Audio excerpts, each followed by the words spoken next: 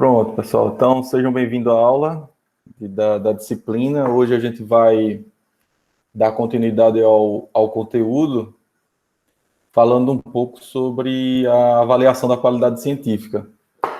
Então, quais são os métodos,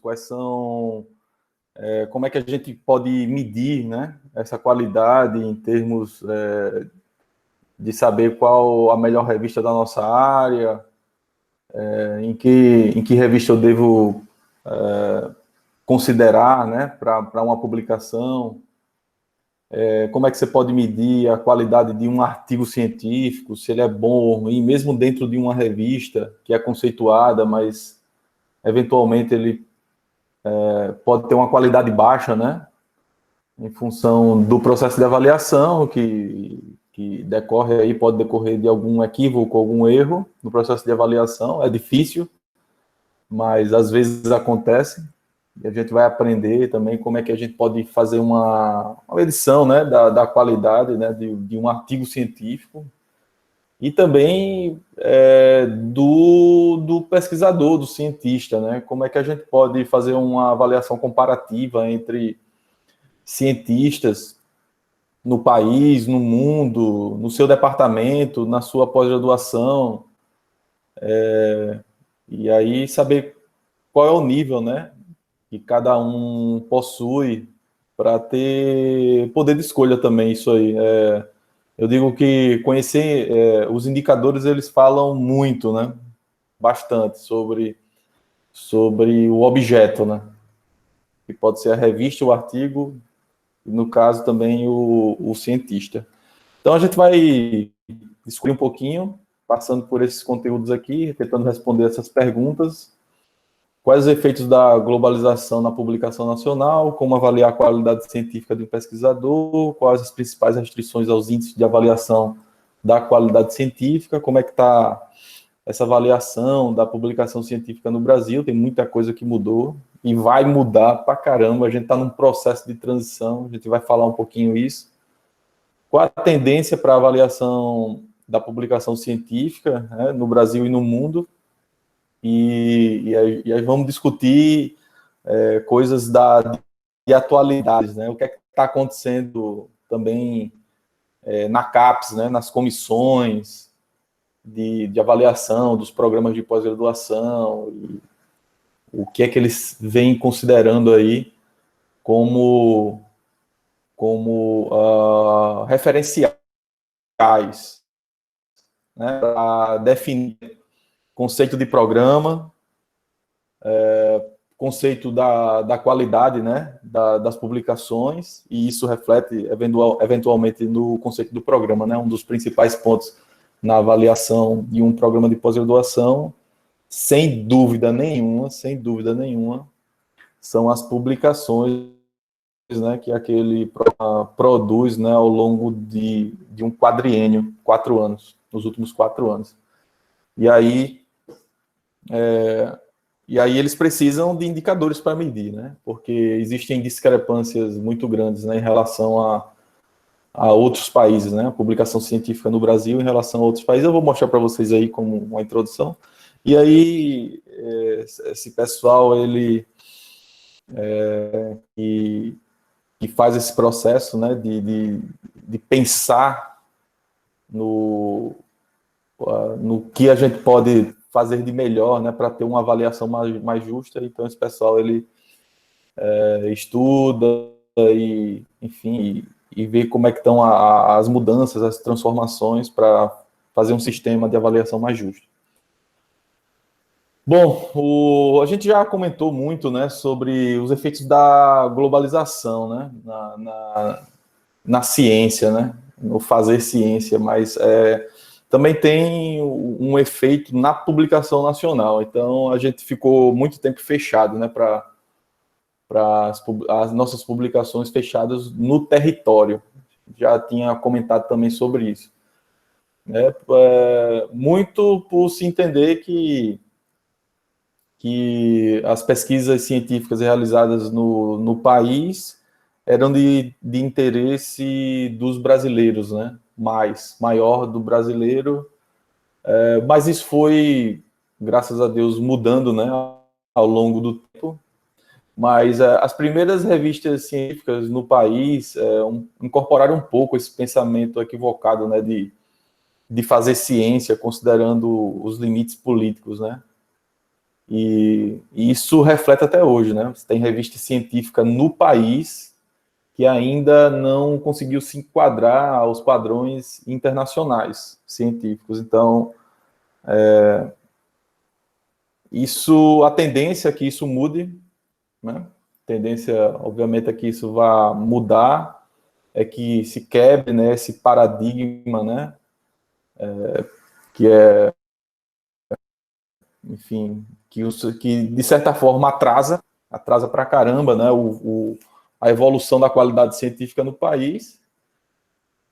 Mas eu acho que a gente está num caminho legal, tem sinais claros, né, que a gente tem que está no caminho certo, e apesar, assim, da falta, né, de financiamento aí na ciência e tecnologia nos últimos anos, mas eu acho que o cientista, né, brasileiro, ele tem uma consciência maior do seu papel, do fazer ciência, né, para a sociedade científica e não científica, e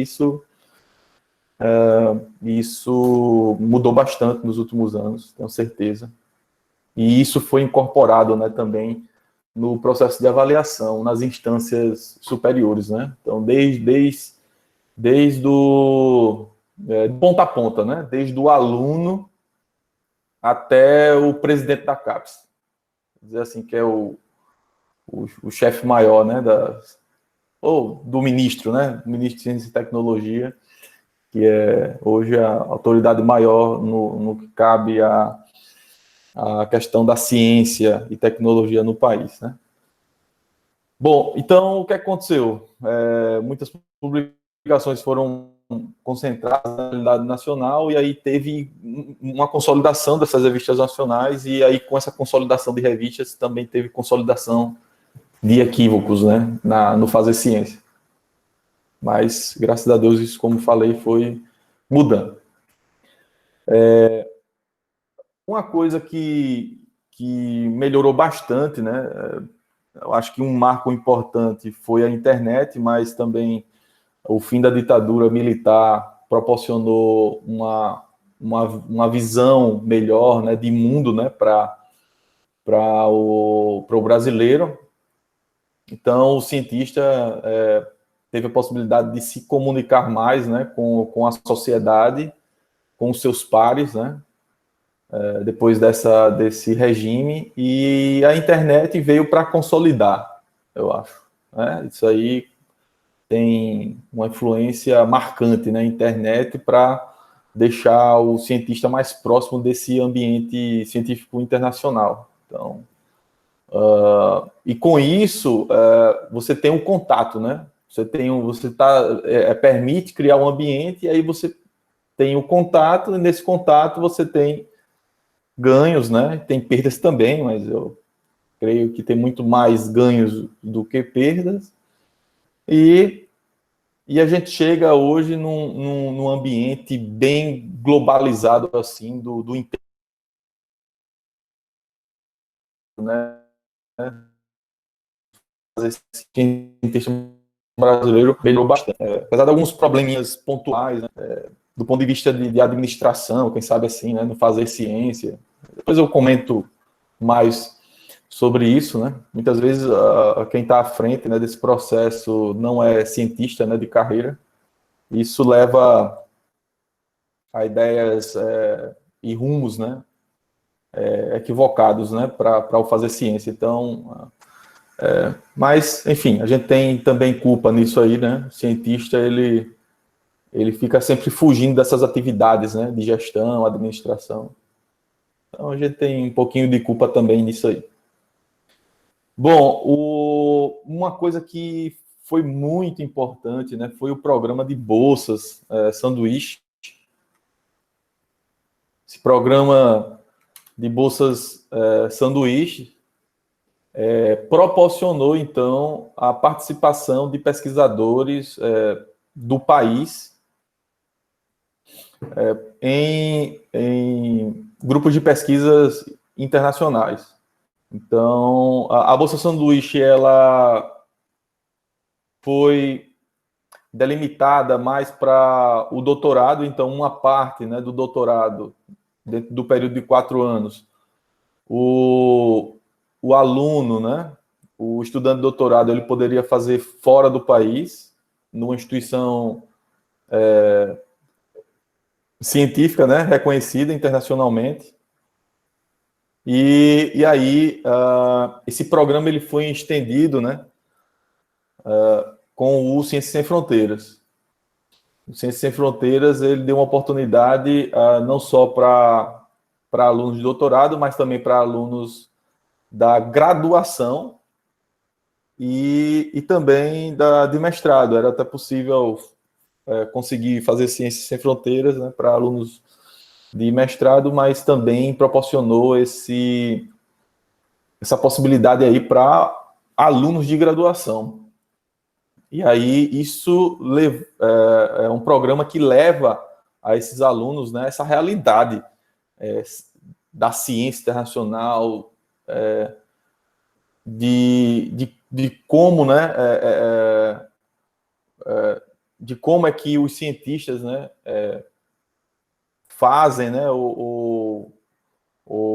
estão no dia a dia atuando, né, proporcionou também enxergar, né, a infraestrutura comparativamente com a infraestrutura que existe, né, na sua instituição de origem. Então, isso foi muito importante. Eu diria o seguinte, né, não sei se vocês já assistiram a palestra qual é o tamanho do seu mundo, né, do professor Valmir Pedrosa, mas é um pouquinho disso, né, quando a gente conhece só a realidade regional, a gente acha que aquilo ali é o melhor que existe, né? Então, quando a gente quebra essas fronteiras, a gente pode enxergar coisas diferentes e trazer coisas boas, né, para a nossa realidade também. Então, esse programa foi, do ponto de vista científico, muito importante, mas do ponto de vista social também. Porque o aluno, ele voltava diferente. Ele conhecia uma realidade diferente em termos de cultura, em termos de sociedade, em termos de infraestrutura do país. Começava a se questionar, né? O sistema de transporte público, né? Como ele é diferente, né? Do país que eu visitei durante o Ciências Sem Fronteiras e agora comparando aqui com a minha região, com a minha cidade, como é que é o sistema de transporte público, como é que é o sistema de saúde. Isso dá uma visão diferente de mundo. E muitas vezes a gente pensa que, em função dessas limitações, né, regionais, a gente pensa que aquilo é o melhor que a gente tem e não vai existir coisa melhor do que aquilo e se cala, né, não cobra. Não cobra porque acha que aquilo está satisfeito com aquilo porque aquela é a realidade. Mas esses programas proporcionam essa visão de mundo, né, diferenciada, que isso é muito importante. Eu fiz um período, né, sanduíche, na Holanda, na Universidade de Wageningen, passei 8 meses lá na Universidade de Wageningen, que fica no sudoeste da Holanda, de trem fica 1 hora, assim, de Amsterdã, e foi uma experiência muito, muito rica para mim, pessoalmente foi muito rica. Do ponto de vista científico, a mudança foi... Eu voltei outro, pelo contato com os meus orientadores lá na Holanda, né? Eu tive a felicidade de ir para um grupo de pesquisa, um dos grupos de pesquisa de maior referência, né, no mundo de ecologia aquática e modelagem ecológica. E aí conheci simplesmente, né, um grande pesquisador, né, 2 grandes pesquisadores, Marta Scheffer, que enfim, ganhou o prêmio Nobel na academia, né, local. Existe um prêmio na Holanda, né, que premia, então, pesquisadores, né, e ele ganhou esse prêmio, então é uma grande referência, e na área de limnologia, de ecologia aquática, é uma das maiores referências no mundo, né, vários livros publicados, então, muito requisitado. E depois que ele ganhou o prêmio na Holanda, ele resolveu se dedicar para outras áreas, né, científicas, assim. Ele deixou de atuar na ecologia, diretamente na ecologia aquática, e estudou mais sobre teoria de estados alternativos de estabilidade. Enfim, coisas que depois que ele ganhou o prêmio, foi, se eu não me falha a memória, foi 2,5 milhões de euros, 2,5 milhões de euros, ele se sentiu mais tranquilo para ter essa opção de fazer aquilo que ele queria no momento e dar outro rumo assim na carreira dele. Ele mudou totalmente. E eu tive contato com outro grande pesquisador, o Egbert Van Nys, também era professor que estava ali, né? Eu tive mais contato com ele diretamente, né? Porque o Martin Schaefer era muito ocupado, uma agenda muito concorrida, né, dele. E eu aprendi muito nessa experiência, muito mesmo. Então, enfim, um doutorado, eu acho, uma coisa, não diria obrigatória, né, mas que se deve buscar, né, esse período fora do país, em contato com outra instituição. E imagine isso a nível de graduação, né? Hoje não tem mais o Ciências Sem Fronteiras, né? Enfim, o programa ele foi minguando em função dos cortes, né, na ciência e tecnologia, até o ponto que não tinha mais recursos, né, para esse tipo de mobilidade. E aí ocorreram várias coisas, né, assim, eu já estava na UFAL, né, quando o programa ele foi crescendo e chegou num patamar bastante assim impressionante, né? Foi impressionante mesmo. A gente não acreditava, né, que aquilo estava acontecendo. E muitos alunos, né, viajando assim, indo para instituições Estados Unidos, China, Canadá, Austrália, enfim, países de Europa com instituições renomeadas na ciência e uma experiência que impressionante, né? Se a gente, por exemplo, se a gente tivesse aquilo ali na época da graduação, com certeza muitos teriam abraçado também. Mas também aconteceu, né, de aluno que foi e não aproveitou como deveria, não fez as disciplinas, não ficou, né, em contato direto com a instituição, com o seu orientador lá, e aí, enfim, para esses alunos, né, perdeu a oportunidade aí de melhorar, né, como pessoa, como cientista, enfim, né, mas acontece, é um programa desse porte, acontece coisa boa e também acontece coisas que não deveriam ter acontecido, né.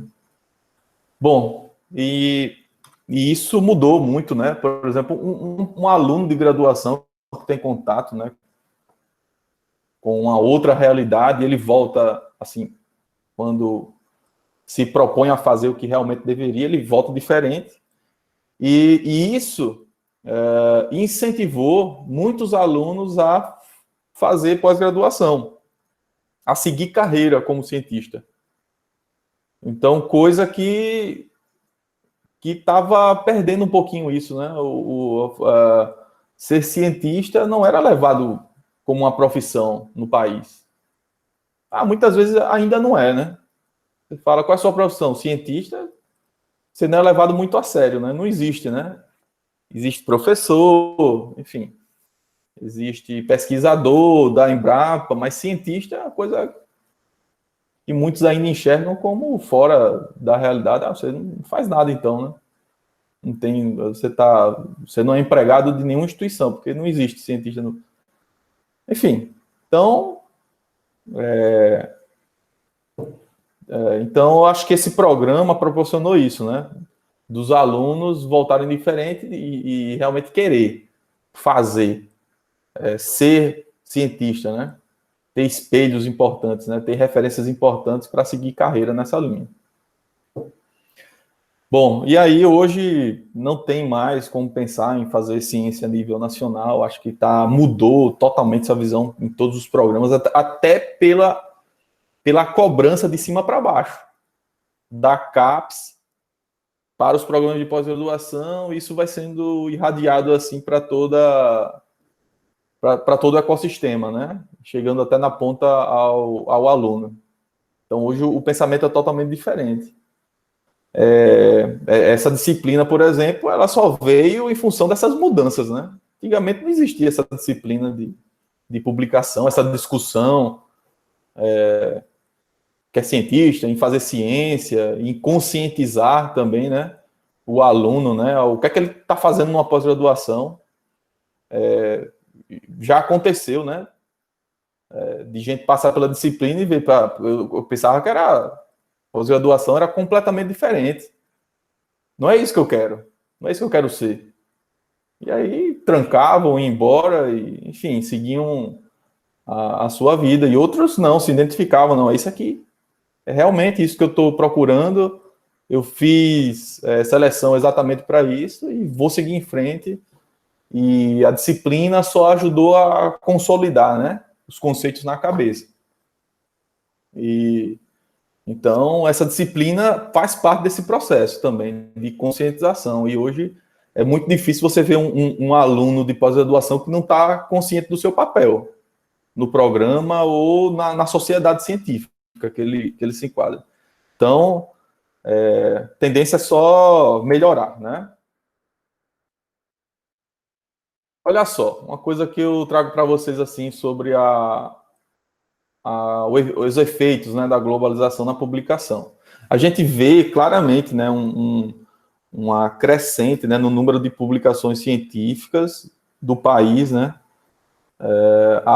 Esse gráfico vai até 2010, eu até procurei assim atualizar esse gráfico e consegui só até 2016, mas enfim, não faz muita diferença. Essa curva continua na crescente exponencial. E aí, esse pulo aí de 2008 foi em função de incorporação de uma nova base, né, de revistas científicas, né, para quantificar o número de publicações. Então, deu um salto, mas o número de publicações continuou crescente, né, nos últimos anos. E isso mostra que o país ele tem uma força muito grande. Por exemplo, em relação às publicações científicas da América Latina, a gente vê lá, já em 2010, uma curva muito próxima já. O Brasil como o principal, né, principal ator com relação às publicações, né, na América Latina. E no mundo a gente vê também hoje, né, esse aí da direita, a gente vê o país bem localizado, né, em relação a outras potências, né, do mundo, né, da publicação científica. Então, vejam que a gente está à frente da Holanda. A Holanda é um país pequenininho, né? Acho que a população não chega à população de Alagoas. Mas você vê que, em termos comparativos, a Holanda está ali colado no Brasil, né? Então, você, de forma comparativa, observa que o país está bem localizado, né? E isso, a tendência é melhorar, né? Ao longo dos anos. Eu fico preocupado nesse último quadriênio, assim, com relação ao que aconteceu, os rumos, né, da ciência e tecnologia no país, e não sei como a gente estaria hoje, né? O posicionamento, se a gente caiu, se a gente subiu, esses papers, né, que se debruçam, né, sobre esses indicadores, eles não... Geralmente a gente não tem uma publicação a cada ano, né, para você ficar atualizado sobre isso. Então, geralmente são pesquisadores que fazem essa coleta, e essas métricas aí é difícil você achar. Mas a gente vê uma boa localização assim do país, né, em relação à ciência mundial. Se a gente fosse fazer uma proporção, né, da quantidade, né, de publicações científicas, né, no país, né, a gente ia ver que o país, o Brasil, ia ser muito pequenininho, por exemplo, em relação a outros países, né? Estados Unidos lá bem grandão, né? E, por exemplo, o Brasil bem menor do que a Suécia, bem menor do que a Alemanha, bem menor do que em Espanha, França também, outra potência, né? No cenário, né, mundial de publicação. Então, ainda estamos, né, proporcionalmente assim, a gente tem um território muito grande, uma população também, né, grande em relação a outros países, mas a quantidade de cientistas efetivamente, né, fazendo ciência no país ainda é pequena em termos comparativos no mundo, e aí você vê essas diferenças nesse gráfico aí, esse mapa é bem interessante. Bom, aí a gente tem muitos efeitos positivos, né, dessa globalização, porque nós somos comparados, né, os melhores, né, do mundo, a gente consegue se enxergar, né, nesse ambiente internacional e dizer, não, eu tô, enfim,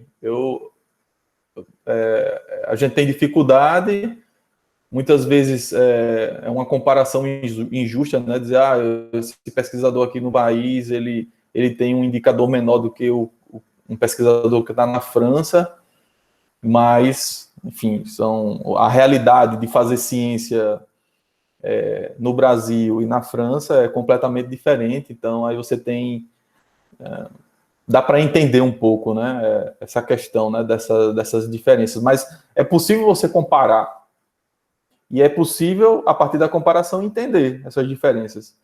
Então, eu acho que é muito interessante, né, é um efeito positivo muito bom, né, essa questão do poder se comparar, e do cientista no Brasil dizer, cara, olha, não é que eu não tô tão mal não, né, em relação aos indicadores internacionais. Enfim, tem os efeitos também, né, mas a tendência é que a gente, ao melhorar, a gente se aproxime também, né,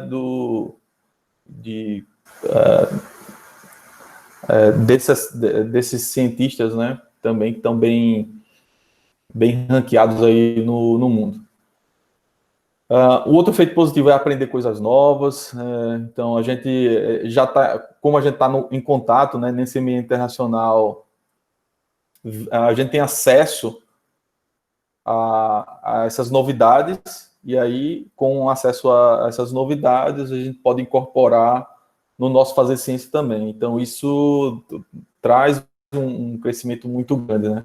O contato com outros pesquisadores, né, de fora do país faz você crescer muito, principalmente quando você tem um projeto, né, de colaboração internacional com instituições de fora, onde existe a possibilidade de mobilidade de estudantes, nesses programas, né, de pós-graduação de mobilidade, sanduíche e o extinto aí, Ciências Sem Fronteiras, também é uma possibilidade de crescimento muito grande, né?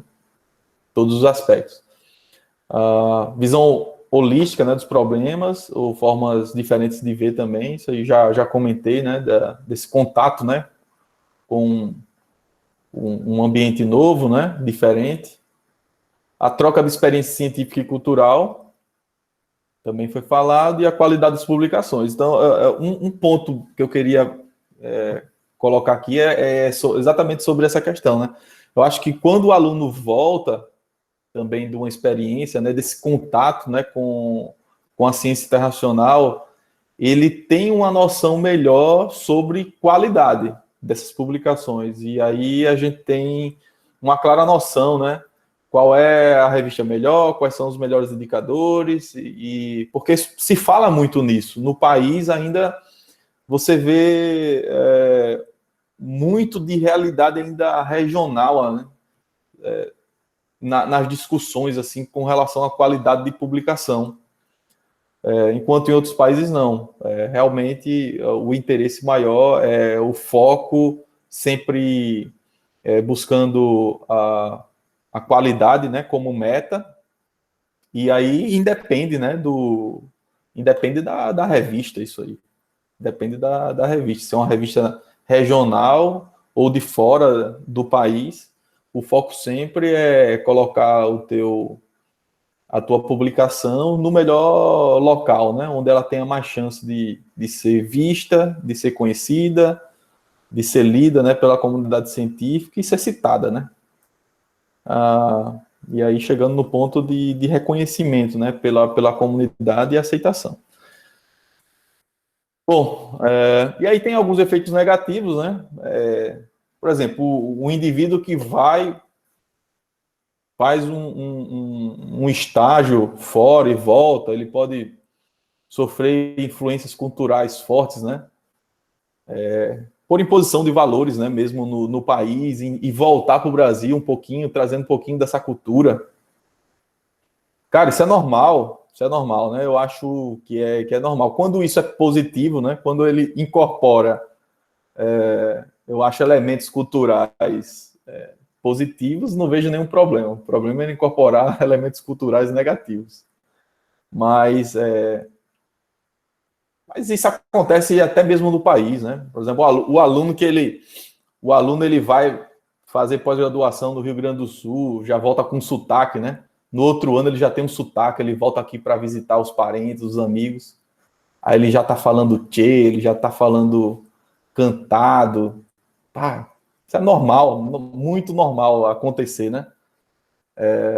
Isso é um efeito cultural pelo contato mesmo com pessoas, as culturas, né? E não estou dizendo que isso é negativo, não. Estou dizendo que alterações culturais é a coisa mais natural quando você se propõe a fazer isso, né? A conhecer um mundo novo, né? Aí conhecer uma sociedade nova, uma cultura nova, e aí acontece essas alterações. Mas eu acho que a essência a gente não pode perder. O que é que a gente tem de melhor, né, nos nossos valores? Isso aí não é muito difícil a gente mudar, né? Bom, dificuldade de competição, eu acho que tem isso aí, eu acho que é um dos pontos negativos maiores, né? É a dificuldade de competir de forma internacional também, porque, por exemplo, hoje a gente está com uma dificuldade muito grande, né, de ter recursos para desenvolver pesquisa no país. Tá, qual é, então, a alternativa perante essa dificuldade financeira no país? Não, vamos procurar, então, financiadores fora do país, que se propõem, então, financiar aí pesquisas, enfim, um fundo, né, global, um fundo global científico, né, e aí se propõe a fomentar aí pesquisas em colaboração internacional. Primeiro, você precisa participar já de um grupo que seja competitivo, senão você não vai ter chance. Segundo, você tem que ser também, né, ter indicadores competitivos também. Porque muito dificilmente você vai ser aceito por um grupo, né, que vai concorrer a um edital internacional. Porque a dificuldade é maior, bem maior. Então, são geralmente editais, né, que recebem propostas de todos os países, né, das principais instituições de pesquisa no mundo, e aí a concorrência é muito dura. E aí, quando você, fazendo uma análise comparativa, né, de infraestrutura, e até mesmo até mesmo de dinâmica mesmo do cientista no país, né? Você vê, a gente já comentou sobre isso, existem diferenças muito grandes, né? O professor lá fora e o professor universitário aqui. Teve uma aula que comentou sobre essas diferenças. Então, muitas vezes é injusto, né, fazer essa comparação. É injusta, porque a realidade é completamente diferente. Enquanto um está totalmente focado, né, praticamente 100% focado em fazer ciência, aqui no país você tem um cientista ali que ele precisa fazer outras atividades ali para complementar a sua carga horária para que você não seja mal avaliado. E aí, isso é num indicadores internacionais de qualidade científica entre pesquisadores do país, do Brasil, em relação a outros países no mundo. E isso dificulta a competição. Então, é muito complicado a gente aprovar, né, projetos em editais internacionais. Por exemplo, a estratégia que eu venho fazendo é colaborar, né, com instituições renomeadas. A gente tem um projeto aprovado com a Universidade de Lund, na Suécia, onde a Universidade de Lund está liderando, e aí tem Brasil, tem Noruega, tem China, então tem vários países, e aí a Suécia, ela encabeçou, né, a proposta, e a gente entrou como um braço, né, ali do desenvolvimento, né, dessa pesquisa. Então, eu acho que o principal caminho é esse, né, começar a entrar em contato, né, tá sempre ligado nesses editais internacionais e sempre estar em contato com grupos de referência. Agora, esse contato, ele não surge, né, não surge, saiu o edital e agora? Não é assim. Precisa estabelecer esses contatos ao longo da sua história, né, acadêmica. Por exemplo, eu conheci o grupo da Suécia quando eu estava no IPH. Estava no IPH, então a gente recebeu uma visita de uma pesquisadora da Suécia, a gente conheceu, e aí começou um contato ali e foi desenvolvendo até chegar hoje, né, em um projeto de colaboração internacional. Também já fiz projetos de colaboração internacional com o pessoal da Holanda, então isso você precisa ir conhecendo as pessoas, né? Então, participação, por exemplo, em congressos internacionais é fundamental para que você consiga esse network que vai te levar a esses projetos colaborativos internacionais. Então, muito importante, né, ao longo da carreira, a gente estar focado nisso. Porque hoje, se não fosse, por exemplo, esse projeto, eu estaria totalmente sem recurso para desenvolver pesquisa no país. Então, precisamos ficar atentos com relação a isso. Velocidade de publicação ela é diferenciada, né? Obviamente, por país. Então, existe esse problema. Pode ter uma revista científica no país aqui que tem um tempo maior, né, do que a revista internacional, geralmente melhor qualificada. Então, enfim, tem que tentar minimizar, né, sempre esses efeitos negativos. Os efeitos, né, em relação à publicação científica, eu acho que a gente já está enxergando essa necessidade de internacionalizar essa ciência praticada, a gente tem uma consciência melhor, né, do que a gente precisa chegar nesse patamar.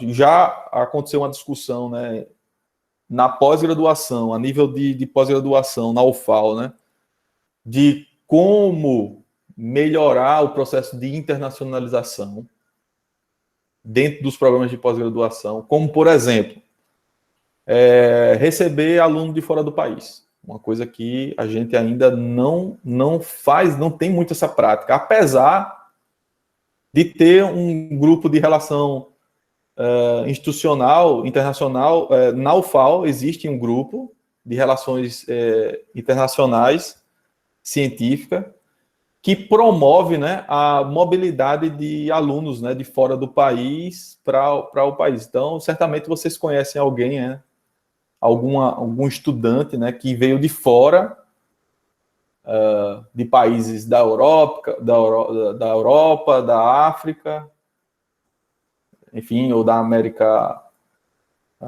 Latina mesmo, e que vieram aqui, né, para a nossa instituição fazer graduação com a gente. No ambiente de pós-graduação, essa equipe da UFAL também atua para melhorar essa mobilidade acadêmica do aluno de fora que tem interesse, né, em fazer pós-graduação no país. Então, tem programas internacionais como, por exemplo, Erasmo, Leonardo da Vinci, tem da Organização dos Estados Americanos também, da OEA. São programas que proporcionam bolsas, né, para alunos de fora para realizar a sua pesquisa científica no país. A gente, por exemplo, eu orientei, por exemplo, uma aluna já da Colômbia. Veio da Colômbia para a nossa pós-graduação, e aí ela fez pós-graduação com a gente. E eu tive a felicidade de orientar essa aluna. E aí tem toda a dificuldade, né? Por quê? Porque quando a gente sai do país para fora, a gente usa o inglês, né? E aí, geralmente, no ambiente de pós-graduação, a língua praticada é o inglês. No dia a dia, eu falo nas conversas, no café, as aulas, todas em inglês também, todas as aulas em inglês. E isso facilita, né, a nossa participação, né, nesse ambiente. Aí, quando um aluno de fora vem para o país, o que é que ele vê? O que é que ele encontra? Ele não encontra um ambiente internacionalizado. Ele encontra um ambiente onde todo mundo fala português, onde as aulas são em português. E aí, por exemplo, essa aluna que veio da Colômbia, ela tinha um nível de inglês excelente. Ela estava preparada para isso. Ela disse, mas as aulas vão ser em português? Eu disse, infelizmente, o nosso programa de pós-graduação ainda não progrediu para chegar nas aulas todas em inglês. Mas existe uma discussão forte, viu, pessoal? E penso que num futuro não tão distante vai existir um enquadramento dos programas de pós-graduação no país inteiro para essa realidade internacional. Não tem jeito. E vocês, na seleção, não vão competir mais só com estudantes, né, a nível nacional, não. Vão ser uma competição também internacional, como já é feito fora do país. Em muitos lugares. Por exemplo, na Suécia, os programas de pós-graduação a nível de mestrado, o edital é totalmente aberto para qualquer aluno do mundo que queira fazer. Aqui no Brasil, não existe esse impedimento. Não existe esse impedimento nos editais. Mas você não vê candidatos. É muito raro você ver candidatos, né, para preencher uma vaga, né, um candidato que é de fora do país. Então, podem se preparar que no futuro, por exemplo, essa aula, talvez no futuro aí, seja todo em inglês, né? Aula de PAC, aula de hidrologia, e aí seus colegas não vão ser mais só brasileiros, né? Isso vai ser, cara, isso é um sonho, né?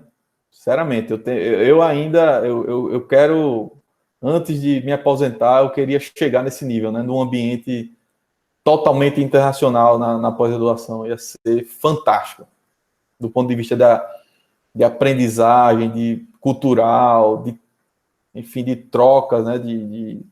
informação, tenho certeza que a gente ia ganhar mais muito mesmo, mais muito mesmo. Mas é isso, tem essa necessidade de internacionalizar e, enfim, acho que essa realidade vai mudar aí no futuro não tão distante. A gente tem, assim, uma melhora, né?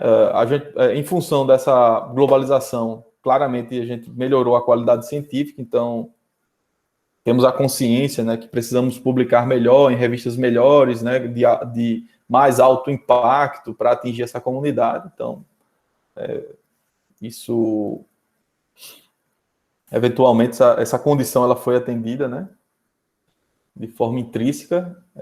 O uso de índices internacionais para avaliação da qualidade científica também, a gente está começando a adotar esses índices internacionais para avaliação da qualidade científica, seja da revista, seja do cientista ou dos artigos.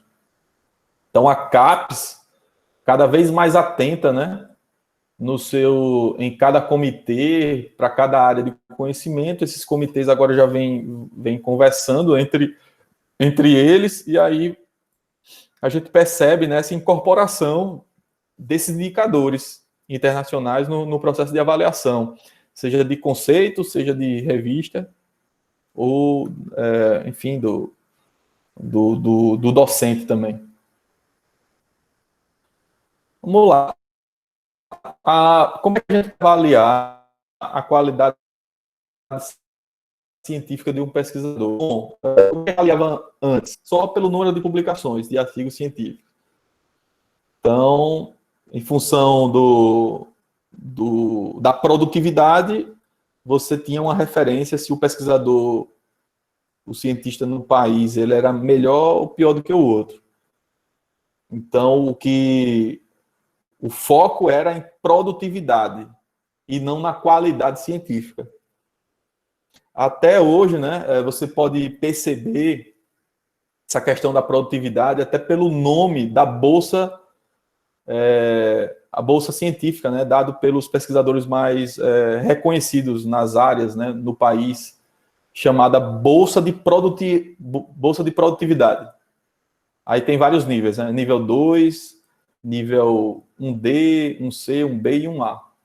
Então, isso é uma bolsa que o CNPq paga para cientistas no país, dado o reconhecimento daquele cientista, o reconhecimento e a sua contribuição científica, né, naquela temática, em uma determinada temática ou em relação a uma área de conhecimento. Então, o cientista ele precisa apresentar um projeto. Essa bolsa ela tem duração de 3 anos e pode ser renovada. Pode ser renovada. Eu sou bolsista de produtividade. Eu já tenho... Estou no 3º período de renovação já. Então, estou com quase 9 anos de bolsa de produtividade.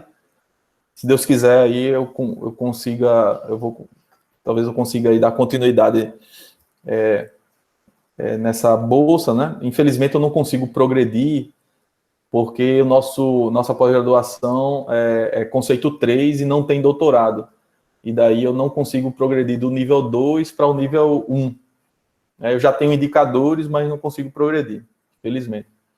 Então, mas para vocês perceberem, né, o nome da bolsa é Bolsa de Produtividade, que era a visão antiga do CNPq. Tá? Então, mudou bastante, né, a visão. Mas, assim, o nome continuou Bolsa de Produtividade. E aí apareceram também, né, índices mais sofisticados, né, para análise e acompanhamento dessa produção, e como, por exemplo, o fator de impacto, o número de citações e o índice H. O fator de impacto e outros, né, indicadores, eles estão mais associados à qualidade da revista. O número de citações estão associados à qualidade do artigo. Então, quanto mais citações um artigo recebe, é sinal, né, que ele tem uma melhor qualidade em relação a outros menos citados.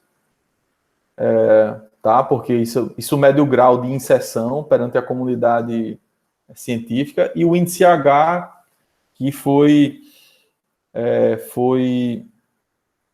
definido mais assim para medir a qualidade do cientista. Então, o que é que aconteceu? Esses indicadores, eles já um bom tempo, né, já existem, só que esses indicadores estão sendo cada vez mais incorporados na avaliação da qualidade científica, né, do cientista brasileiro. Também, né, enfim, no processo de avaliação geral, da CAPES, né, seja na pós-graduação, das revistas ou do cientista, né. Mas, bom, como é que a gente pode, então, avaliar considerando esses indicadores, né? Você vê indicadores que estão orientados mais a revistas, a artigos e outros focados no cientista. Mas será que eu posso... só o índice H, ele exclusivamente, ele avalia de forma justa, né, a qualidade do pesquisador, do cientista? Enfim, vamos discutir um pouquinho sobre isso. Mas, antes de discutir, vamos entender esse processo de avaliação da qualidade para cada elemento desse, né? Da revista, do artigo, e depois a gente chega no cientista. O que é o fator de impacto?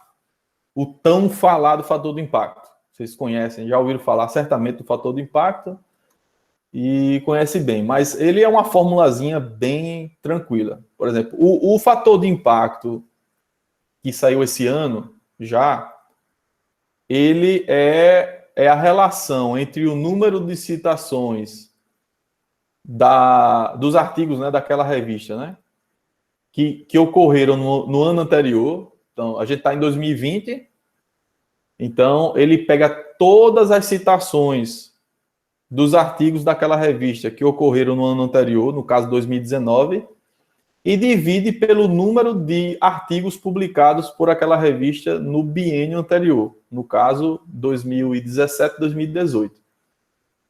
Então, para que eu tenha um fator de impacto, eu preciso fazer uma avaliação do último triênio, tá? Então, o ano anterior mais os 2 anos anteriores a esse subsequente, né? Então, eu tenho essa formulazinha aí para fazer essa medida, e aí eu tenho o fator de impacto que sai no ano seguinte, né? No caso aí, já saiu, né? Sai todo mês de julho, aliás, junho. Final de junho é que sai o valor do fator de impacto, né? Medido pelo JCR. E, tem até aqui, deixa eu mostrar para vocês.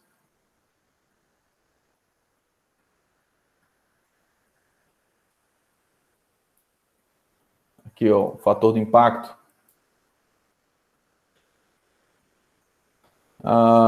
Enfim, que é o desse ano, né? Que é em relação a 2019, o ano anterior, mas que foi publicado esse ano. Olha o fator de impacto da revista número 1. 292.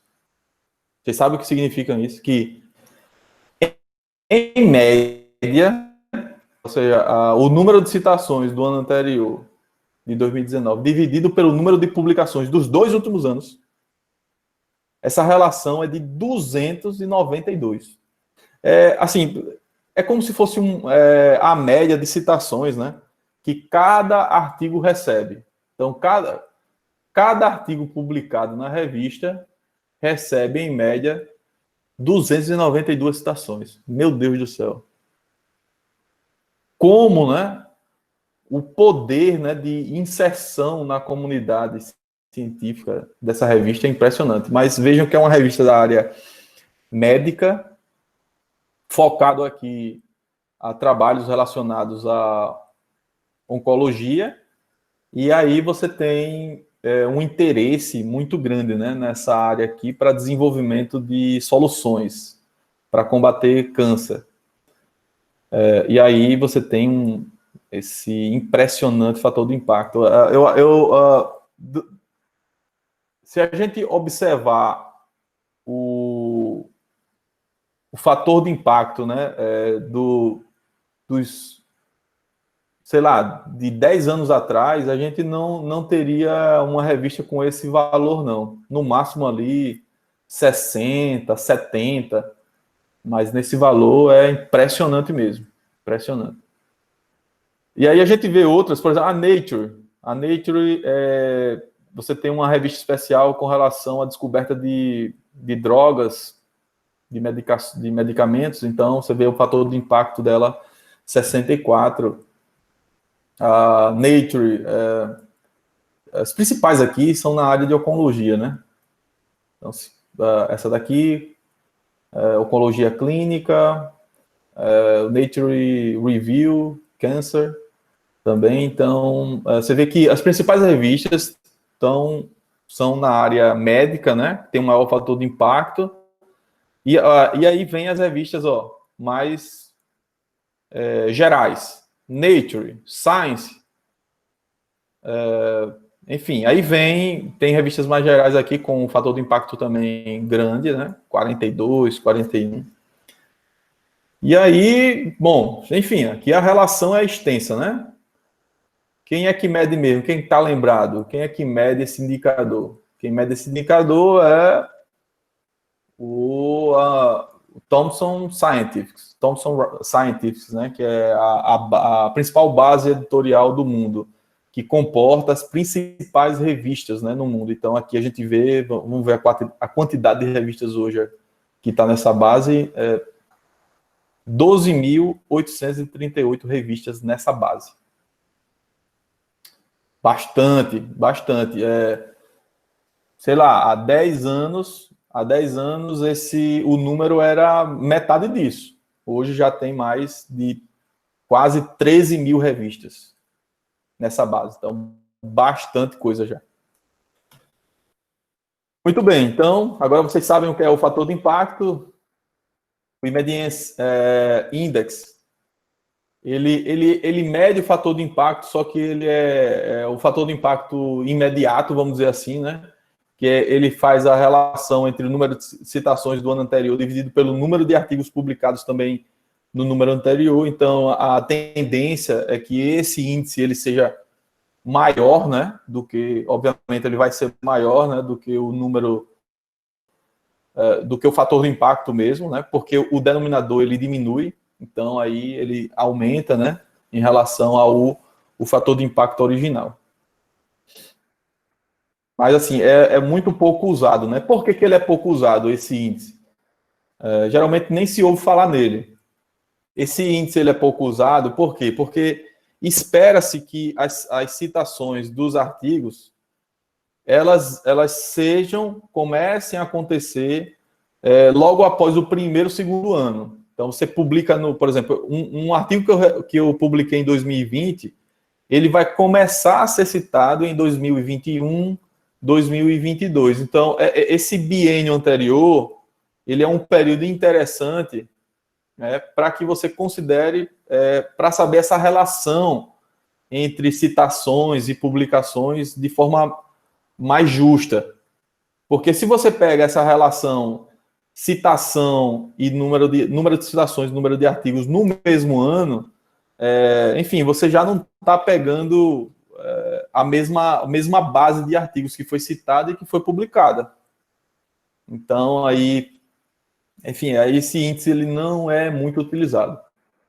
O Cited Half-Life, que é o número de citações em que ocorrem até 50% das citações das revistas. Então, imagine o seguinte, eu pego os 10 últimos anos e vejo o número de citações em cada ano. E aí eu faço um acumulado, né? Desse ano, aí eu pego do último ano, 2019, eu acumulo o número de citações de 2019 com 2020. Em 2018, eu acumulo o número de citações de 2018, 2019, 2020, e assim eu vou fazendo esse cálculo retroativo até 10 anos, né? E aí eu vejo qual é o número de anos que a minha revista recebeu 50% das citações. Sei lá, vamos dizer, se o meu número é 9 anos, quer dizer que nos últimos 9 anos eu recebi 50% de citações naquela revista.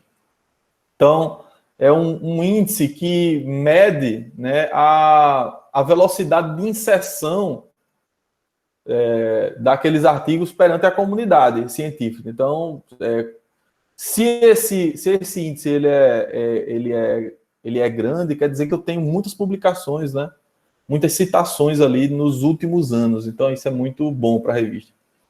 E o Sitting Half-Life, ele é a mediana da idade dos artigos que são citados pela revista. Então, cada artigo tem as citações, né, que são, enfim, citações que foram utilizadas, né, como base para formar aquele conteúdo. Então, tem as referências, e aquelas citações estão lá nas referências. Então, o que é que eu vejo? Eu vejo qual é a idade de cada citação.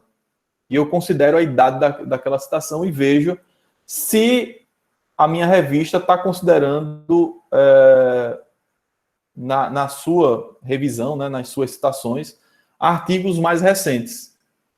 É uma base mais recente de citação. Então, esse indicador, ele é muito importante. Por isso que eu digo para vocês, considerem na revisão os últimos 5 anos, no máximo os 10 anos. Por quê?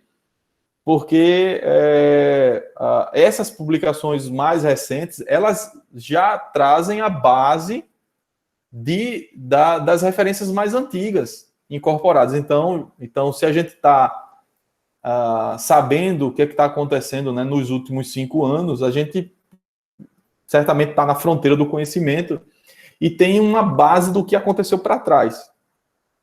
Quando a gente começa a citar esses artigos, né, citar esses artigos na nossa publicação, a revista, ela aumenta esse indicador, aumenta o valor desse indicador. E isso é muito bom para a revista. Então, enfim, uma coisa que eu falei para vocês, né, que vai diretamente afetar nesse indicador, né, da revista científica. Esses 2 indicadores, eles não são muito utilizados, não, tá? Mas geralmente eles estão lá, né, os valores estão lá na revista, né, em cada revista ele tem lá esse valor, mas eles não são muito usados para medir a qualidade científica da revista. Assim, em editais, ou por exemplo, o JCR ali você viu, tem o fator de impacto, é o primeiro, né? Depois vem o End Factor, que desconta, né, as autocitações, desconta também as citações que ocorreram na própria revista, e aí o número é bem menor do que em comparação com o fator de impacto, né? Mas, enfim, esses não são muito utilizados por exemplo, pelo JCR, para medir a qualidade da revista. Bom, em resumo, então, o fator de impacto ele mede a qualidade da revista, mas também do corpo editorial entre A manuscritos. Porque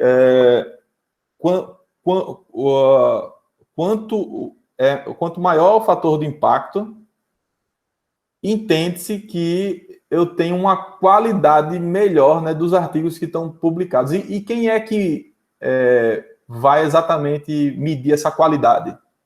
O corpo editorial. Então, o editor-chefe, os editores associados e os revisores. Então, quanto melhor esse corpo, melhor vai ser a triagem das publicações, e a tendência é que o fator de impacto ele vai evoluindo.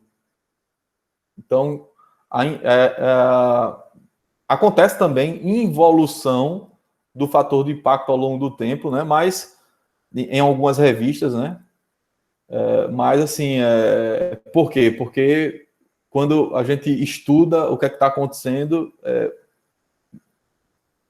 muitas vezes faz o diagnóstico ali, o diagnóstico é exatamente na qualidade do corpo editorial. Então, se mudou um pouco, né, a política, né, do corpo editorial, enfim, entraram cientistas ali no corpo editorial, né, que não tem uma visão muito boa do fazer ciência, e aí a qualidade começa a diminuir também, e isso impacta diretamente na qualidade da revista.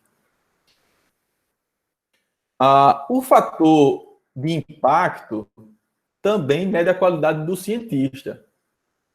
Mas como? Se ele foi atribuído para a revista, como é que eu posso utilizá-lo para saber se um cientista ele tem uma qualidade melhor do que o outro. Daqui a pouco a gente vai ver sobre isso. Com relação à qualidade científica do artigo, o que é que a gente tem? A gente tem o número de citações. Então, esse é o principal fator.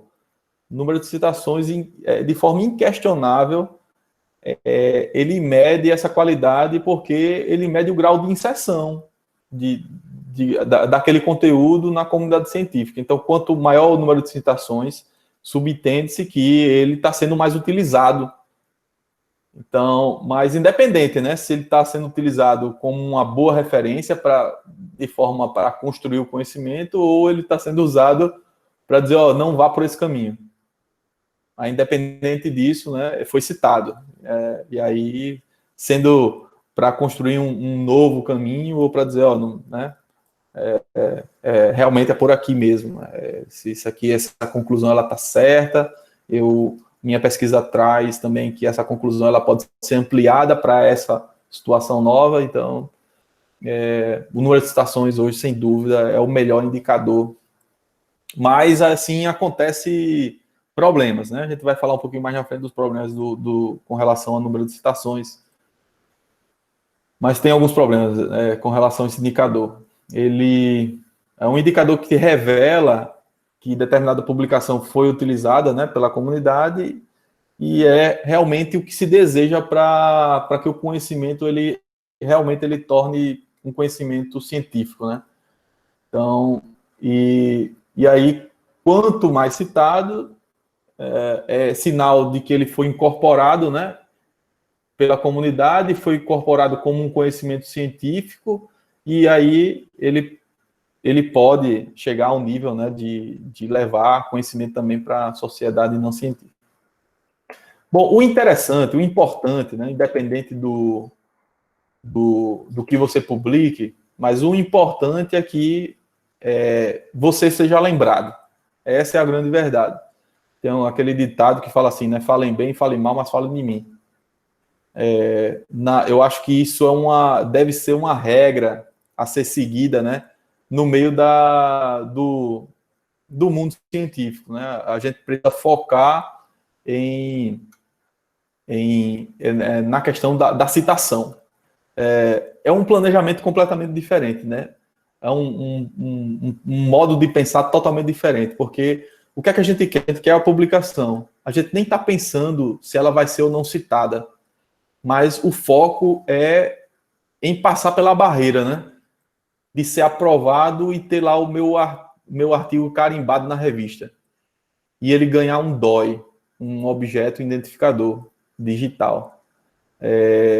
E muitas vezes a gente desconsidera isso no nosso planejamento não, eu vou planejar para que esse produto científico que eu estou fazendo, ele tenha um potencial maior de ser citado. Tem um potencial maior de ser citado. Se ele vai ser ou não citado, eu não sei. Mas o meu planejamento, ele pode potencializar sim. E como eu posso potencializar isso? Na redação, na maneira como você apresenta os resultados, nas suas conclusões. Eu digo o seguinte, quanto mais polêmico é o artigo, mais chance ele tem de ser citado no futuro. Quais são, por exemplo, um artigo que tem um potencial gigantesco de ser citado e que muitas vezes ele é mal visto, né? Quando o aluno ele chega com esse tipo de produto, ele fica desesperado, né? Professor, cara, estou preocupado aqui, olha o resultado. E aí quando eu enxergo, eu digo, cara, que potencial teu artigo, né? De chegar na frente e ser uma referência, um artigo altamente citado.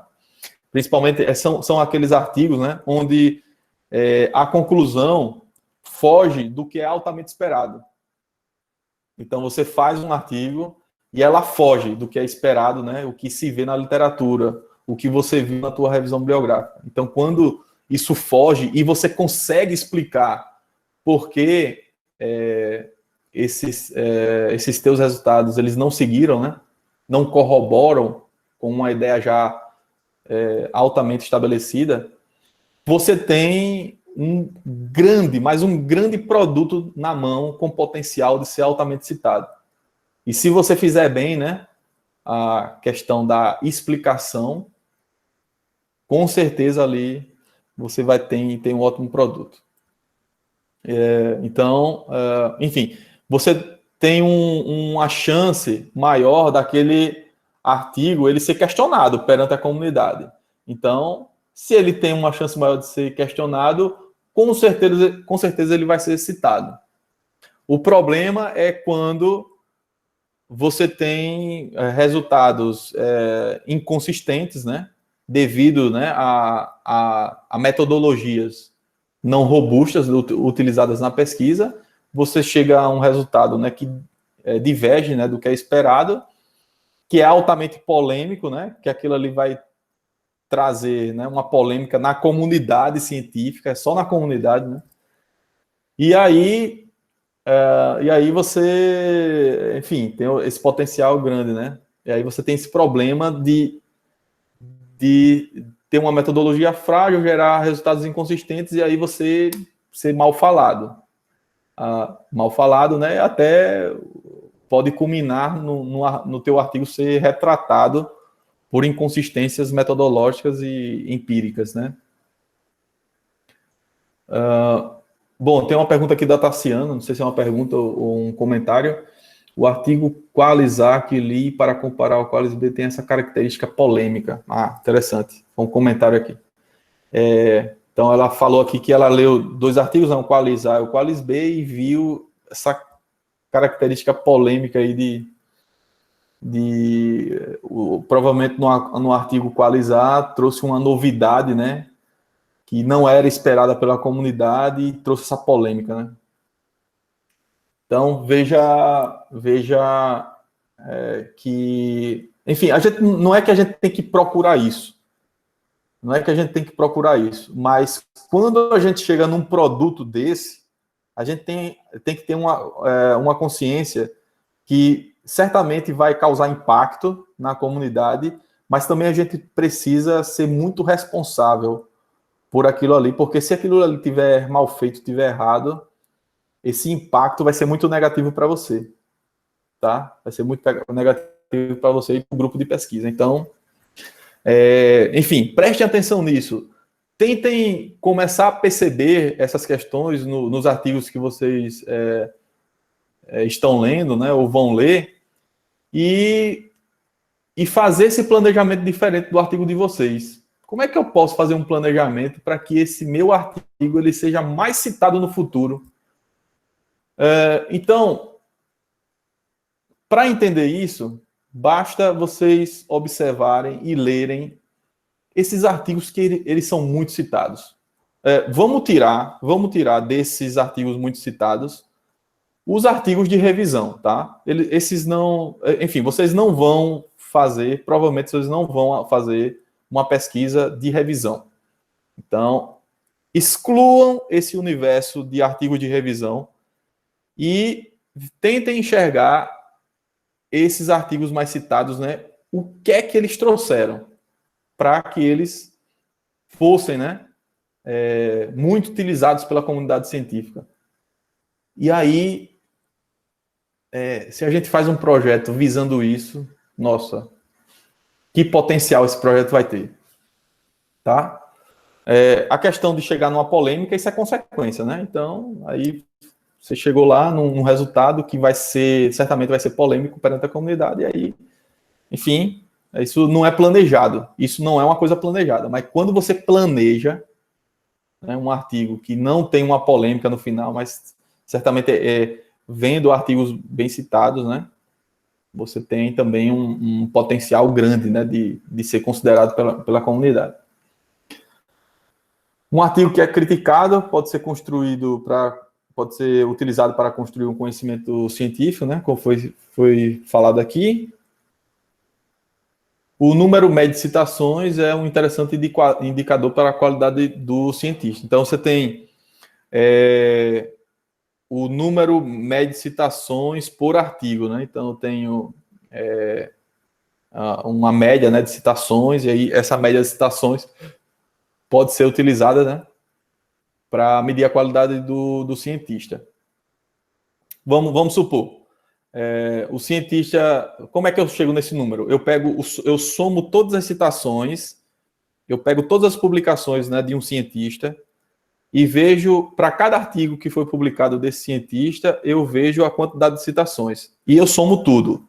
Somo todas as citações e divido pela quantidade de publicações daquele cientista. E chego no número. Vamos supor o seguinte, eu tenho um pesquisador que tenha 80 publicações e essa relação aí, ela é 0,1. E tem um outro cientista que tem 10 publicações e esse fator é de 2. Então, veja, né, que esse é um indicador justo, né? Por quê? Porque se eu pego um cientista que está há muitos anos, né, na carreira, a quantidade de publicações certamente vai ser maior de quem está começando. Mas quando a gente normaliza pela quantidade de artigos publicados, a gente faz uma comparação mais justa. E aí vê que esse cientista B, vamos dizer assim, tem um cientista A e um cientista B, e o cientista B, ele conseguiu ter uma inserção maior perante a comunidade. Então, quer dizer que ele está publicando mais artigos e está recebendo citações, né, por aqueles artigos. Enquanto o pesquisador A, ele publicou muitos artigos, mas alguns artigos foram citados, estão sendo utilizados e outros não. Então, uma coisa que um indicador, né, normalizado que poderia ser utilizado aí para fazer uma comparação entre cientistas. E outra questão é o problema da autocitação. Então, você pode ter artigos contaminados, né, por autocitação. Quer dizer o seguinte, eu vou fazer uma publicação e considero nessa publicação citação de publicações minhas anteriores. E aí eu começo a popular, né, o meu novo artigo por essas citações de publicações antigas. E aí, o que é que acontece? Se essa publicação for aprovada, o meu artigo antigo, que foi citado aqui na minha publicação, vai ganhar uma citação lá, certo? Mas, na verdade, é você que está citando, né? O seu trabalho está citando um outro trabalho seu. Então, isso, você pode ter, enfim, esse número de citações, ele pode estar um pouquinho contaminado, né? Por esse processo de autocitação.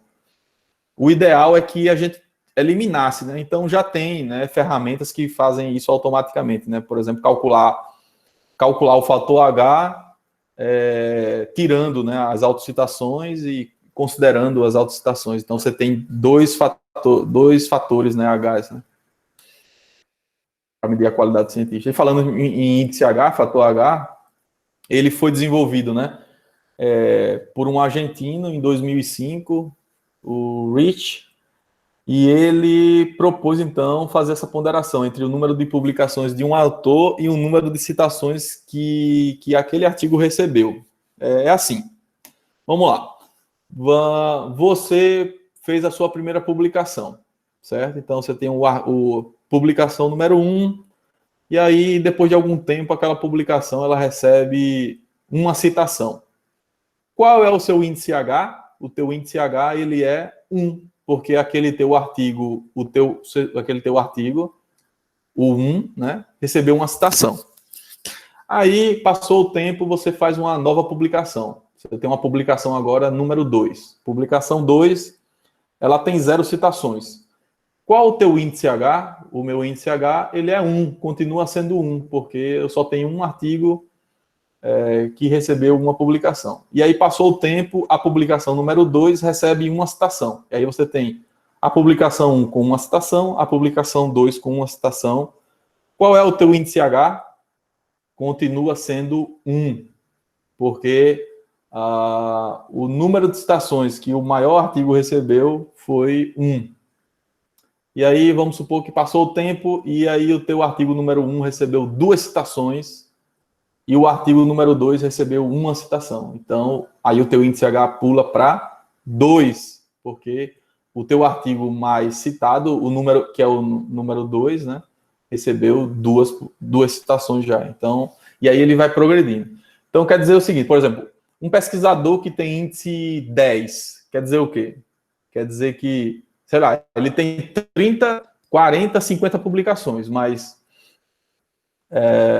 pelo menos 10 publicações receberam mais de 10, né, citações, daquele pesquisador. Então, esse índice H é muito complicado de progredir, né? Imagine o seguinte, né?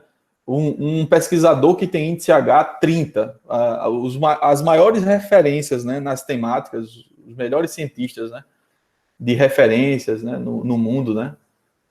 O índice H gira em torno de 30. Então, quer dizer que o artigo, né, que tem, enfim, ele pode ter 1.000 publicações, mas tem o artigo mais citado ali, né, recebeu no mínimo 30 citações, tá? Então, aí eu tenho um índice H forte, né, forte ali, acima de 30 coisa de outro mundo, assim, então, um pesquisador de referência. Bom, mas qual é o problema? O problema é que ele desconsidera, né, esses artigos, né, que não tem essas publicações. Por exemplo, eu posso ter esse pesquisador que eu acabei de citar, né, com o índice H30, sei lá, as outras publicações que tem publicação abaixo de 30 já não entram na conta, né, para formar o índice H. Então é muito ruim isso, né? Então é muito ruim não considerar esses artigos que podem ser artigos de referência na área e eles não podem estar, e eles talvez não estejam considerados aí no índice H.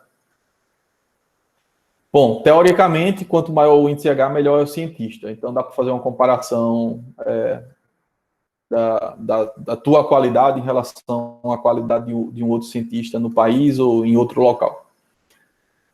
Bom, como é que a gente mede isso? É simples, né? Vocês podem entrar em qualquer plataforma para calcular, para ver o fator H de qualquer autor, né, no país ou no mundo, né? Por exemplo, aqui eu estou no Scopus e aqui ele já chega aqui, calcula automaticamente o meu índice H, o número total de citações. Aqui a evolução do número de documentos publicados no ano e o número de citações, né, ao longo do ano que eles foram recebendo.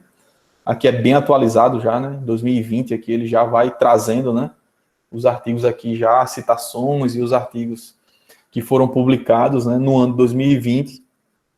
E aí eu consigo chegar nesse índice H bem simples, né, fazendo uma consulta do autor nas plataformas. Pode ser pelo Scopus ou pode ser pelo Web of Science também. No currículo Lattes, essa questão do fator H é complicada. Por quê? Porque se eu vou vir aqui em produções, ela vai aparecer aqui em produções bibliográficas, só que vocês precisam prestar atenção na data de atualização. Eu atualizei hoje, por isso que está atualizado aqui o fator H, né? Eu atualizei por causa da aula, mas já fazia até um tempo que eu não tinha atualizado aqui o meu fator H e o número de citações nessas bases aqui. E essa atualização não é automática, ou seja, o CNPq ele não vai na base para automaticamente pegar esse fator e o número de citações. Na verdade, aqui cada pesquisador, cada cientista tem que preencher isso aqui. E aqui vai aparecer. Então, isso é muito ruim. Porque, enfim, já teve essa polêmica recentemente aí da veracidade, né, do conteúdo que está no currículo Lattes, né? Então, tem problemas de falsificação aqui, né, no currículo Lattes, porque tudo que você coloca aqui enfim, ele não é verificado, ele não tem uma base de verificação. Então, a graduação, ou um curso de mestrado, ou uma especialização que você faz, ela não passa por um processo de verificação. A única coisa aqui que dá para confiar 100% no Lattes é os artigos aqui, ó, porque tá vendo aqui esse íconezinho aqui? É o DOI. O DOI é o objeto identificador digital. Então, quando eu clico nele, ele vai automaticamente para o artigo. Ó. Ele tá me direcionando e vai para lá. Então, esse é o único selo de veracidade, vamos dizer assim, né, que o Lattes tem. O resto depende dos dados que estão inseridos pelo pesquisador. Outro selo de veracidade é esse daqui, ó, também. Isso aqui é automático, né, pelo CNPq.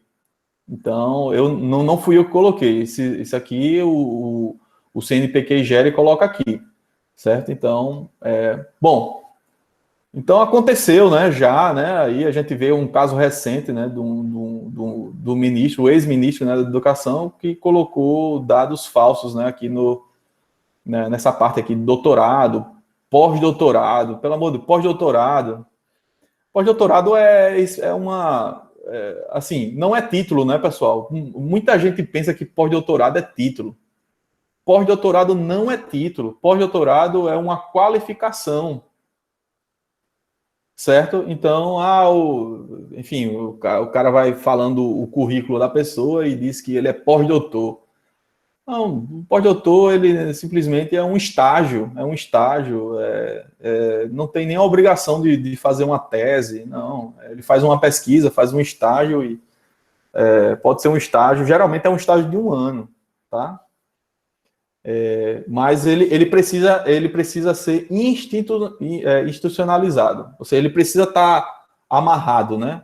Por exemplo, eu fiz 2 pós-doutorados, ou seja, eu não sou pós-doutor 2 vezes, não. Eu fiz 2 qualificações e eu posso fazer um pós-doutorado a cada 4 anos. A cada 4 anos. Então, eu posso sair do país a cada 4 anos para fazer um estágio pós-doutorado para me qualificar, porque é um processo de qualificação, não é um título que eu estou buscando, não é outro título, certo?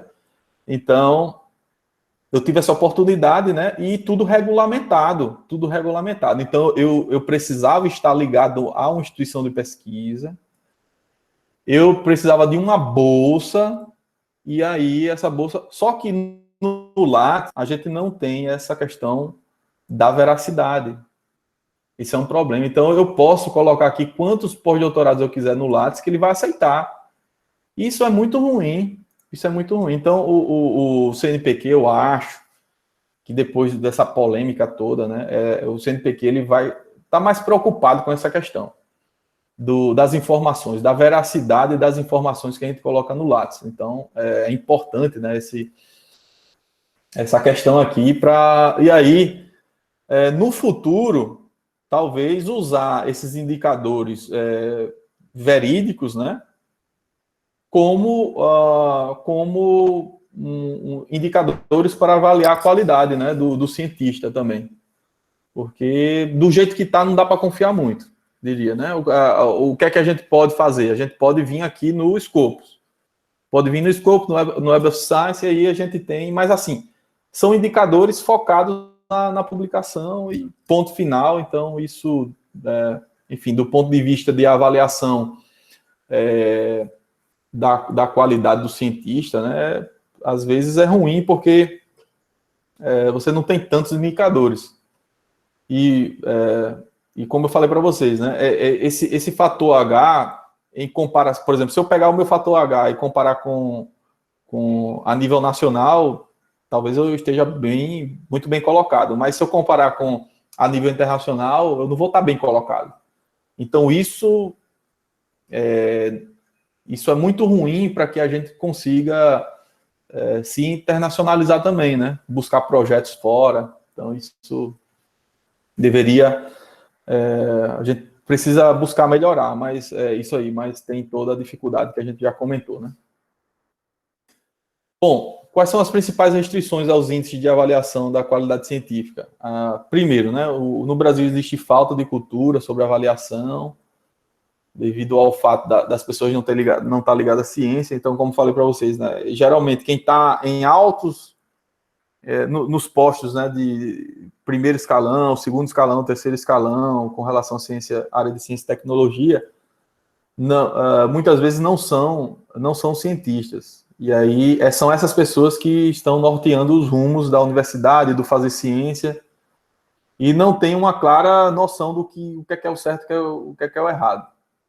Então isso é muito ruim, mas por um lado a gente precisa também, né, se engajar mais nessas atividades e participar mais desse ambiente para construir melhor esse processo.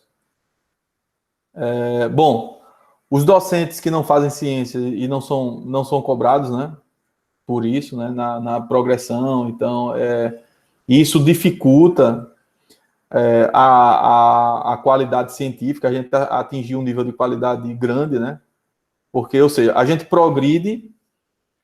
Uma vez foi engraçado, né, eu fui levar o meu relatório de progressão, e aí os artigos, né, eles precisam ser impressos para que você comprove. E, enfim, cada artigo de 10 páginas, né, você publica, sei lá, 4 artigos por ano. E essa avaliação de progressão é feita a cada 2 anos.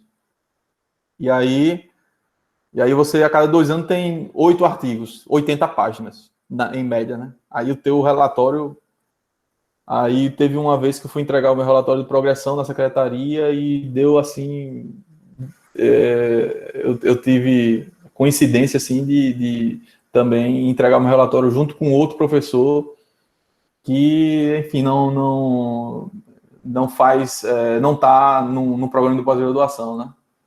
Praticamente só está envolvido com aula. E aí o relatório de progressão era, sei lá, 4 páginas e o meu era 100 páginas, e aí o professor riu da minha cara. Ele fez: rapaz, esse é o teu relatório de progressão? Parabéns por isso. E aí, ou seja, a progressão funcional, ela não considera esses indicadores, porque da qualidade científica, né? E o sarrafo é muito baixo. Então, não fazer ciência e não ser cobrado por isso também faz com que muitos docentes sigam a linha, né, só de estar ali, ser o teacher, né? Ser um lecturer, na verdade, ser um lecturer dentro de uma universidade, e isso é ruim, né, para a ciência, né, e para a avaliação da qualidade científica geral, né, porque, enfim, o ambiente não cobra, né, esses indicadores. Por exemplo, nas progressões só cobra o número de publicações, né, não cobra se aquela publicação ela teve ou não fator de impacto, né? Então, muito ruim, sabe? Serve para muita coisa. A participação de congressos, bancas, orientações, eles não podem ser vistas como uma atividade fim, né? São atividades meios do cientista. Então, o cientista precisa passar por isso para que consiga melhorar esses indicadores lá na frente, né?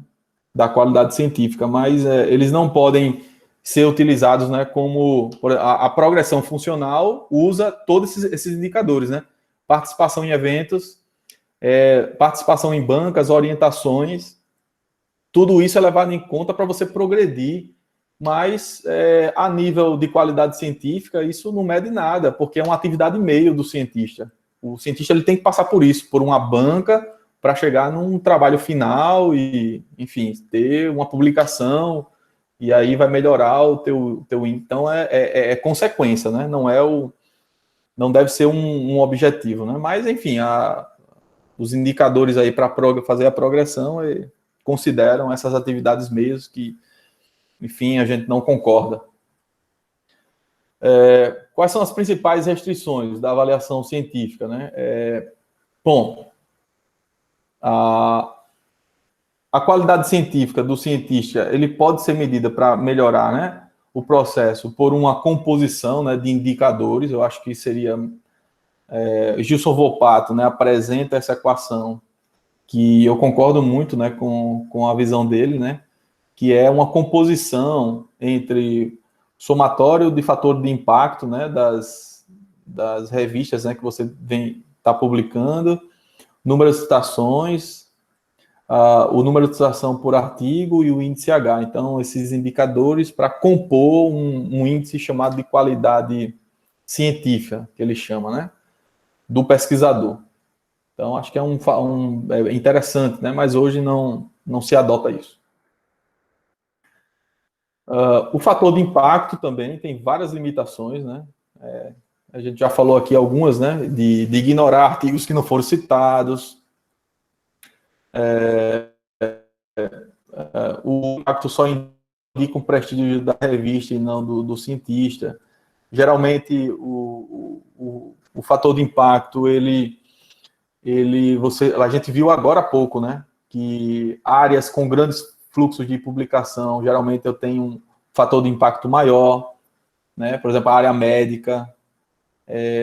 Se a gente for procurar na área de engenharia os artigos lá, um dos maiores fatores de impacto ali, a gente talvez não enxergue fator de impacto acima de 10. Então, e geralmente o fator de impacto ele não reflete o número de publicações que o artigo ele recebe, certo? As citações, né, podem estar contaminadas, né, com as autocitações. Pode ter também a área, ela influencia muito, né? Porque quanto mais a área tem interesse para a comunidade científica e não científica, mais é o potencial daquele artigo ser citado. Você pode ter citações, né, potencializadas em termos de várias publicações. Então, você tem um monte de publicação no teu currículo e com essa quantidade de publicações eu tenho um maior potencial dele ser citado. E pode afetar também, né, pelo tempo de publicação do autor. Então, quanto maior o tempo de vivência, de carreira, eu tenho uma possibilidade maior dos meus artigos serem citados, e isso, só tomar o número de citações como referência pode ser muito ruim, né, nessa análise comparativa com o pesquisador em início de carreira. E já concluindo, né, as tendências. Quais são as tendências aí da publicação científica? O tipo de publicação científica, o tipo de citação, eu acho que é uma tendência, né? A questão, por exemplo, se é uma citação que ela está numa sentença, né, exclusiva. Então, você quer dizer que o autor ele considerou aquele artigo, né, para construção daquela ideia que ele está colocando naquela sentença. Então, uma citação exclusiva numa frase, numa sentença, ela tem assim um potencial maior, né, do que uma publicação que foi citada junto com 10 ali, né, numa frase. Medir o grau de internacionalização gerado, né, do conhecimento pelo cientista também, eu acho que é uma tendência. Como é que o cientista, qual é o grau de internacionalização do cientista, né? Com relação ao que é que ele vem fazendo no ambiente de pós-graduação, em termos internacionais, se ele está recebendo aluno de fora, se ele tem projeto de colaboração internacional, acho que é uma tendência também na avaliação, medir o grau de internacionalização. Publicações de resumos não serem mais contabilizados, né, em anais de eventos, e a posição também do autor. Aí eu queria abrir um parênteses, né, sobre essa questão, porque na nossa área ainda a posição da autoria ela não é um indicador, né, para saber se o autor ele tem uma qualidade científica maior do que o outro. Geralmente o primeiro autor ele é responsável é o principal responsável pela pesquisa, né? O primeiro autor. E aí eu venho perdendo a importância ali na ordem, né? Então, o segundo autor ele tem uma segunda importância, o terceiro, o quarto e até o último, né? Mas assim, antigamente, o último autor geralmente era o cabeça, né? Era o orientador. E ali quem ficava no meio é quem contribuiu, e o primeiro autor realmente é o que tocou a pesquisa. Então, como você não tem o posicionamento de autoria ainda não é levado como um indicador, né, para a qualidade científica, então, na área de engenharia, ainda se aplica muito isso, né? O primeiro autor é o grande responsável e o último autor é o mentor, vamos dizer assim. Mas, assim, o importante é que todo mundo que está como autor, coautor, ele participou e ele consiga defender, né, aquela publicação perante a comunidade científica. Então, independente da posição, é importante que isso aconteça. Agora, a posição pode ser que seja levada adiante. Existem grupos, né, onde o líder do grupo ele impõe que ele vai todo o artigo publicado por aquele grupo ele vai ser o primeiro autor. Isso acontece principalmente, né, em áreas do conhecimento onde a posição do autor já é levada em consideração como indicador da qualidade científica. Então, na engenharia não tem essa preocupação ainda, mas enfim, não é para a gente ficar atenado, né? Também muito preocupado com isso agora, mas enfim, talvez isso possa mudar. E eu acho que quem teve mais peso na publicação tem que ser o primeiro autor sempre. Isso aí, sem dúvida nenhuma, e não o orientador. Jamais. O orientador ele tem que ser o primeiro autor, tá? Agora, acontece em alguns casos do orientador botar mais conteúdo, né? Gerar resultado, fazer, após uma revisão do manuscrito, o manuscrito ganhar uma nova cara. E aí, nesse caso, dá para negociar. Eu acho que até o aluno, ele pode, a tua contribuição foi muito maior, enfim, mudou muito, os resultados são completamente diferentes, a discussão é outra. E aí pode ter até um reconhecimento por parte, né, do aluno de chegar e dizer, não, professor, eu acho que você deveria estar aqui como primeiro autor dessa publicação. Tá? Então, não vejo problema com relação a isso. Né? Não é que o professor, o orientador, ele tem que sempre estar no último. Não, ele, em função da contribuição dele, se foi mais significativa, eu acho que tem que ser realmente tem que ser reconhecido isso, tá? Mas assim, isso é mais exceção do que regra. E o normal é que realmente o aluno ele toca o projeto e que ele realmente é o primeiro autor. E outra, né? A avaliação da CAPES vai estar mudando, né? Mudando muito esse processo de avaliação. E essa avaliação hoje é feita, né, em função do preenchimento de formulário e a tendência é que não aconteça mais isso. É que a CAPES já consiga pegar toda essa base de informação através do Lattes, né, quando esse sistema ele se consolidar em termos de veracidade, de autenticidade das informações que estão ali dentro. Então, a tendência é que no futuro o conceito, por exemplo, de um programa, ele seja dinâmico, ele não seja feito a cada 4 anos. Não. Se tudo que está na base é verídico e está atualizado, então o conceito do programa ele poderia ser calculado em função, né, de um modelo matemático, né, em função dos indicadores, e automaticamente o programa ele já tem o conceito dele. Eu acho que no futuro isso vai acontecer, né? Mas a gente precisa passar por esse processo de autenticidade, né, das informações. Bom, aí no Brasil tem esses sinais de melhoramento, a gente vê, né, a plataforma Qualis, classificando os artigos, né, os índices, né, começam a aparecer no currículo Lattes. Não sei se vocês notaram aqui no currículo Lattes, aqui, ó. Olha só, aqui o número de citações, ó. Web of Science, 4 citações. Esse artigo aqui, 4 citações no Web of Science.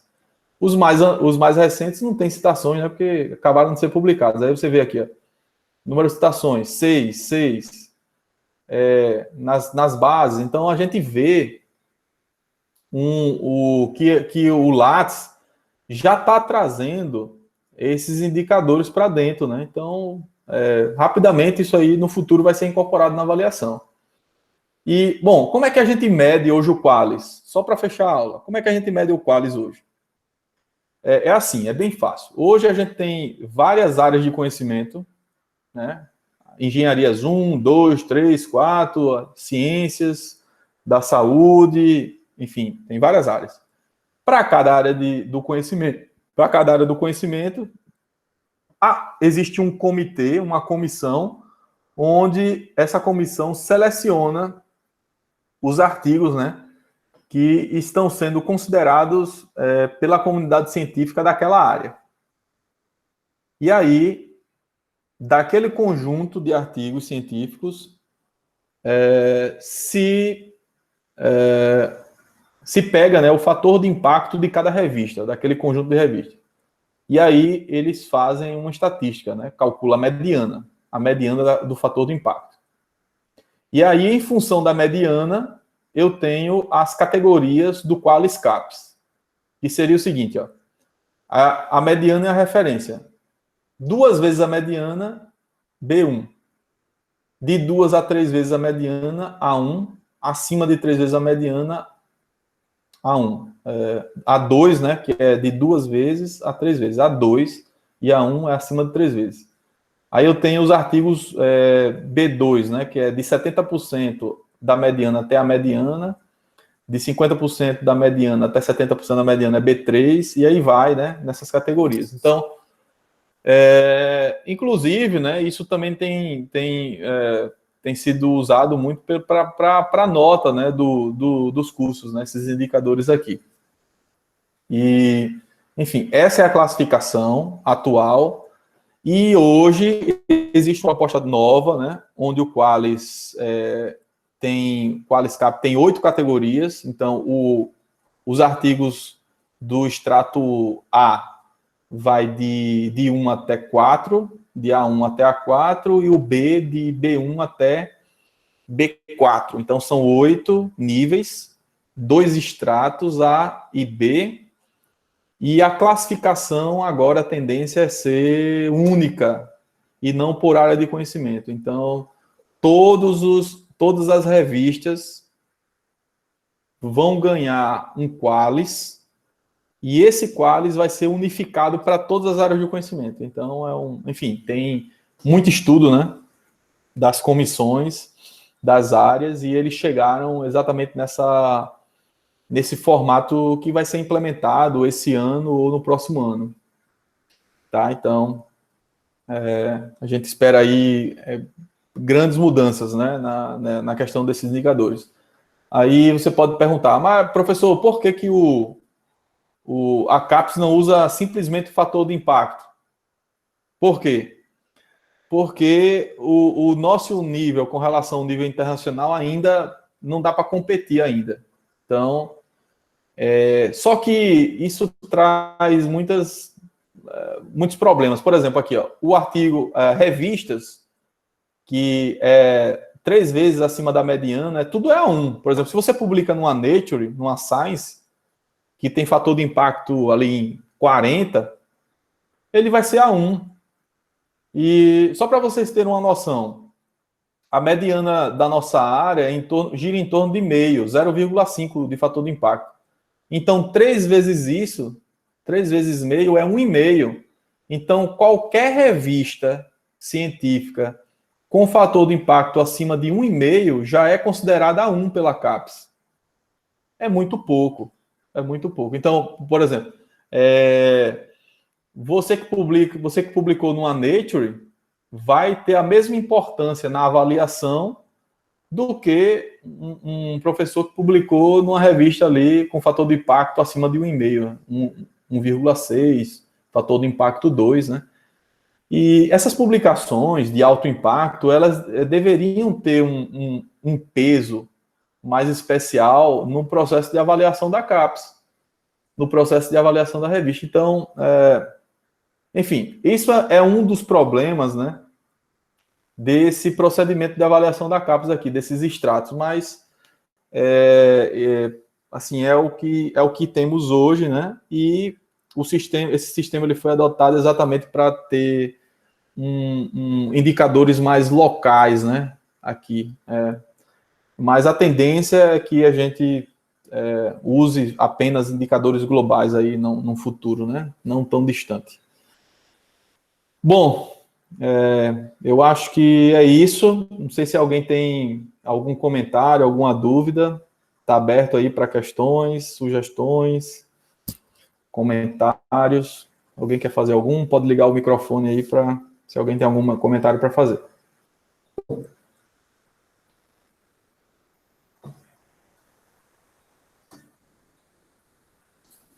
Professor, Sim. Não é nenhum comentário sobre a aula de hoje, muito boa, inclusive, parabéns. É sobre o trabalho, no caso da comparação, que eu fiquei de enviar, né, nessa semana. Aí eu enviei ontem, só que eu enviei pelo aquele mesmo link. Ainda é válido? Sim, é válido. Deixei aberto. Porque o meu foi um prazo depois, né? Aí eu enviei ontem, viu? Só para constar. Tranquilo, tranquilo. Eu recebo a data ali de envio, então não tem problema não. Obrigado, Tassiano. Obrigado. Alguém mais quer fazer algum comentário?